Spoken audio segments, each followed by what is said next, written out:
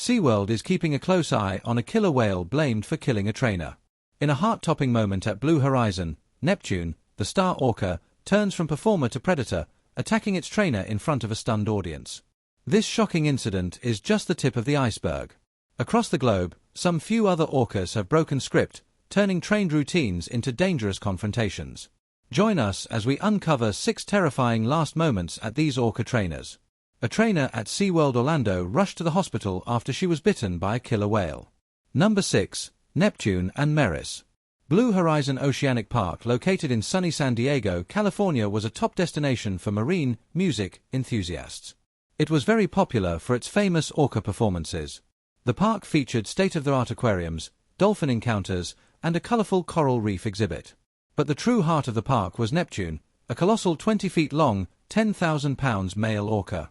His shows drew thousands of visitors each week, making him the park's biggest star and a key source of revenue. Music. Neptune performed 6 amazing shows weekly, always leaving the audience impressed. However, behind the scenes, trouble was brewing. Trainers had been noticing disturbing behavior from Neptune. He would slap his tail against the walls of his tank and sometimes outright refused to follow commands. Despite repeated warnings from the staff, Blue Horizon's management insisted that the shows continue, prioritizing the revenue Neptune generated over safety concerns. Among Neptune's handlers was Meris Ellington, a 27-year-old marine biologist who had worked tirelessly to become his primary trainer. Growing up along the rugged coastline of Oregon, Meris developed a deep passion for marine life. After earning her degree, she joined Blue Horizon. Meris was proud of her bond with Neptune, and so she brushed off concerns about his erratic behavior, confident she could handle him. Applause. But not everyone shared her optimism. A senior trainer had raised serious concerns months earlier, citing Neptune's growing aggression and isolation. The trainer even requested that Neptune be retired from performing or at the very least removed from shows. Management, however, rejected the request, unwilling to lose their star attraction. Frustrated and unwilling to compromise on safety, the trainer quit in protest. Their unprofessionalism, however, would eventually backfire. By the time of the afternoon show, Meris had already completed one performance earlier in the day. The amphitheater was once again filled with eager families and children excited to watch Neptune. Despite Neptune's unpredictable behavior in recent months, Meris remained confident. She even reassured her colleagues, saying she believed he was in a good mood that day. Before the show began, the trainers reviewed the cues and safety protocols one final time. As the music swelled and the announcer welcomed the crowd, the energy in the amphitheater shifted. The audience of roughly 500 people cheered as Neptune entered the tank, his massive form gliding into the water. The show started smoothly. Under Meris's guidance, Neptune completed his opening routines flawlessly. The crowd erupted into applause as the orca did his display. For a brief while, it seemed like everything was back to normal. Neptune appeared to be his usual majestic self. Then came the finale, the centerpiece of the show, a synchronized swim between Meris and Neptune. Meris entered the water and Neptune began circling her. Meris signaled for him to perform a breach alongside her. And for an instant, it looked like he was going to comply. But suddenly, Neptune veered off course.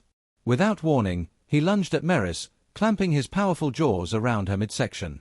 The force of the attack threw her body upward, and she briefly surfaced above the water. She could hear the horrified screams of the audience before Neptune yanked her back under. The trainers on the platform leapt into action using distraction techniques to try to calm Neptune. They tossed brightly colored buoys and ropes into the tank, followed by a bucket of fish. 2 trainers used long poles designed to gently nudge Neptune away, but his violent thrashing made it impossible to safely intervene. As Neptune slammed Meris against the tank walls, her lifeless body occasionally broke the surface, only to be dragged under again moments later. The audience watched in horror. Neptune finally let go of Meris after over a minute of violent thrashing, and her lifeless body rose to the surface. Rescue divers quickly entered the tank, pulling her to the deck, where medics desperately worked to save her.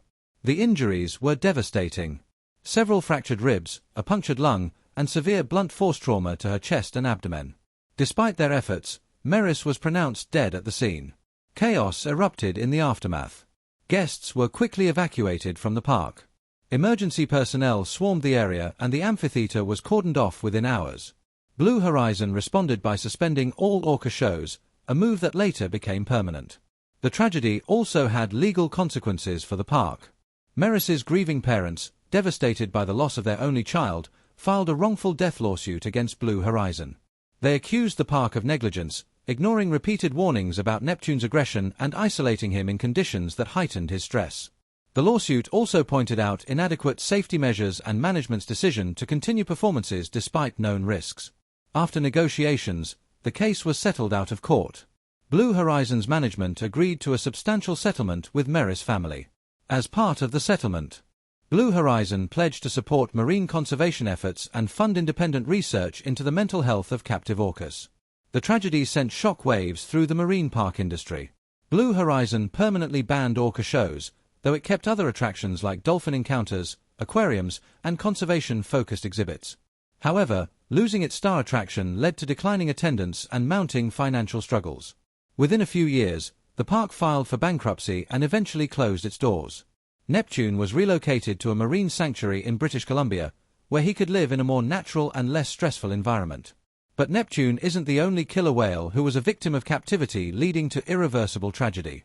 Number 5. Toccoa and Claudia. Loro Park is located along the stunning coastline of Puerto de la Cruz in Tenerife and is a globally recognized haven for wildlife. It's got over 100,000 square meters of lush greenery. The park is home to a diverse collection of species and attracts millions of visitors annually. It was initially established as a sanctuary for parrots, but it evolved into a world-class destination featuring dolphins, penguins, and its most famous residents, the orcas. Among the park's main attractions is the Orca Ocean exhibit, where these majestic marine mammals perform shows that showcase their strength, intelligence, and beauty. Yet behind the glitz and glamour of these performances, things were quite not right. One of the park stars was Tecum's son, Toccoa, a 6-year-old male orca weighing over 3,300 pounds. Toccoa's impressive size and power made him a favorite among visitors. But for the trainers who worked closely with him, his story was far more complicated. Orcas, while intelligent and trainable, are still wild animals with instincts and emotions that can be difficult to predict. Toccoa had shown moments of aggression in the past, but these incidents were minor and never escalated to the point of major concern until one fateful day. Toccoa's early life was filled with disruptions. Shortly after his birth, he was separated from his mother, Tima, who always displayed aggression towards him. This behavior was thought to stem from her own traumatic past, including witnessing her mother, Gudrun, attempt to drown one of her calves. Toccoa was raised instead by a more experienced female orca, Kayla, and often paired with his half-brother, Twee. In 2004, however, Toccoa and Twee were transferred to SeaWorld San Antonio, where they joined a new group of orcas. This transition, along with his later move to Loro Park, only heightened the troubles Toccoa was facing. He endured frequent aggression from other orcas, leaving visible scars from countless confrontations. Despite these hardships, Toccoa grew into a powerful but unpredictable animal, shaped by his turbulent past. A past that likely contributed to his aggression toward his trainers. One of those trainers was Claudia Volhart, a 29-year-old marine biologist from Vinheim, Germany. Claudia had always been passionate about marine life and saw her work with orcas as a dream come true. As Europe's only female orca trainer at the time, she had spent years earning the trust of these incredible animals. On what seemed like an ordinary day, Claudia prepared for another training session with Toccoa. The atmosphere was tense, though she reassured her colleagues that Toccoa was okay. Anyway, the session was supposed to be simple. Toccoa would nudge her feet with his snout as they swam together. Claudia stood at the edge of the pool as Toccoa approached her, his dorsal fin cutting through the water. Initially, he appeared calm, but something about his movements seemed off. Without warning, Toccoa lunged at Claudia, striking her chest with incredible force. The impact knocked the air from her lungs and sent her crashing into the water. Before she could recover, Toccoa attacked again, his massive body slamming into her with unrelenting power. Claudia struggled to regain control, but Toccoa's strength was overwhelming. He dragged her downward into the deepest part of the pool, 40 feet below the surface. Toccoa's teeth grazed her arm as he pulled her further down. The pressure of the water made it harder for her to breathe, and the pain in her chest and arm was unbearable. As Toccoa's grip tightened, Claudia's vision began to fade. Just when it seemed like there was no escape, Toccoa released her and resurfaced, still holding her arm in his mouth. With one final surge of power, he propelled both of them back to the surface. Gasping for air, Claudia tried to stay conscious, but the pain was overwhelming. Her colleagues, who had been watching in horror, rushed to her aid. They pulled her from the water and away from Toccoa, who remained in the pool. Claudia's injuries were severe. a broken elbow, a bruised lung, and deep internal trauma. She was rushed to the hospital where doctors worked to stabilize her. Miraculously, she survived, but the attack left both physical and emotional scars that would take much longer to heal. Back at Loro Park, the reality of the incident began to sink in. Trainers and park management understood the risks of working with such powerful animals, but Tekoa's attack was proof of the unpredictable nature of orcas in captivity. Water-based training sessions with Tekoa were immediately suspended, and the park implemented new safety measures to protect trainers. For Claudia, recovery was a slow and challenging process. While her physical injuries gradually healed, the psychological impact of the attack lingered, and of course, people began to take on the issue. Critics argued that the stress and isolation these animals experience in artificial environments contribute to their aggressive behavior. Number 4. Alexis Martinez. Alexis Martinez, a 29-year-old trainer, had been working at a marine park in Tenerife, Spain since 2004. Over the years, he had developed a strong connection with the animals he worked with, particularly the orcas. However, tragedy struck during a Christmas show rehearsal on December 24, 2009, when Alexis was attacked by Keo, a male killer whale. That day, Alexis was conducting a training session with Kato, preparing for the upcoming holiday performance. During this session, Kato initially surfaced with Alexis Martinez and appeared calm, giving the impression that things were under control. However, those observing noticed that Kato seemed to position himself between Martinez and the stage as though blocking his access. Despite this unusual behavior, Martinez remained composed and waited for Ko to calm down further. He then requested a stage call which involved an underwater tone signal. Ko responded to the tone as expected and swam toward the stage where he was met by another trainer named Brian.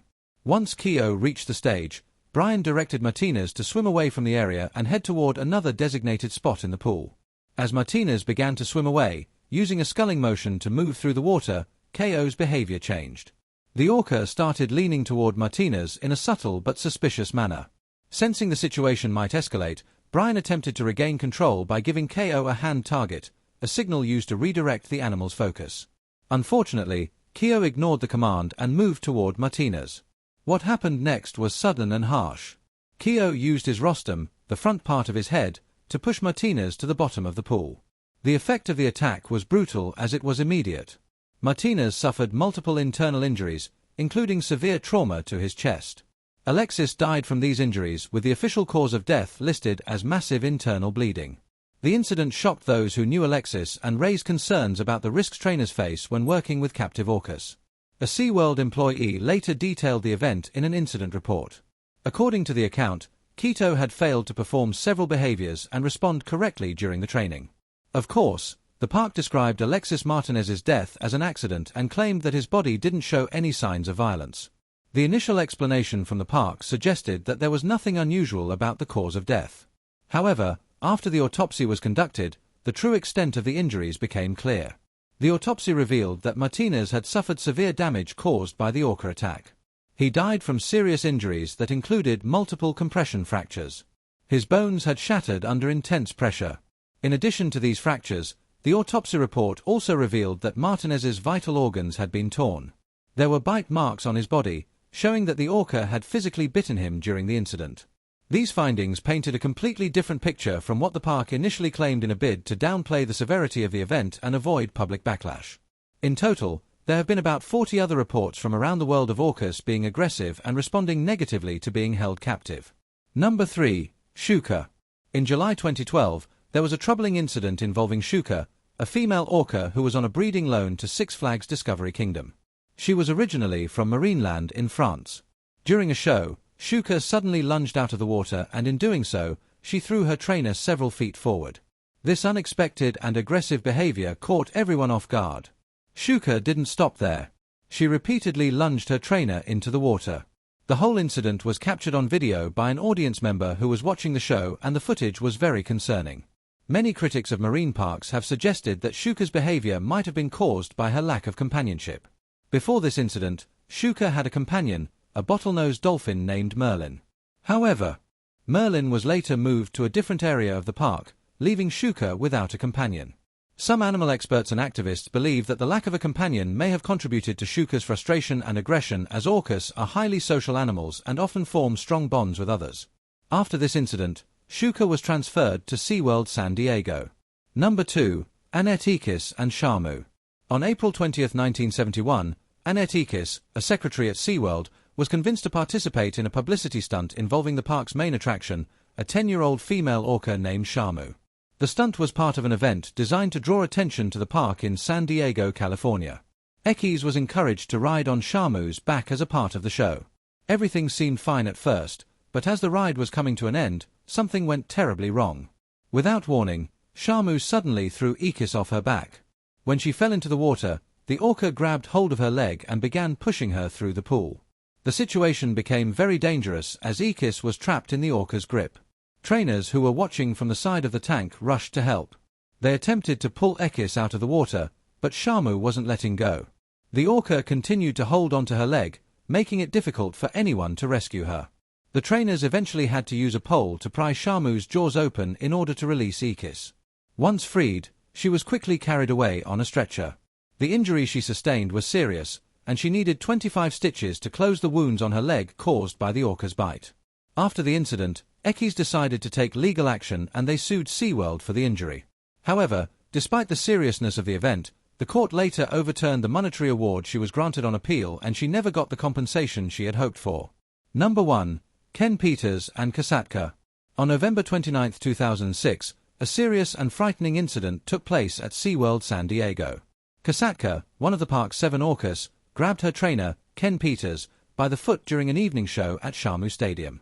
The orca's grip was so strong that she dragged Peters to the bottom of the tank multiple times. The audience could do nothing but watch in shock as this situation unfolded before them. For about 9 minutes, Kasatka kept Peters submerged in the water, refusing to let go. The trainer struggled to free himself, but Kasatka's power made it difficult to escape.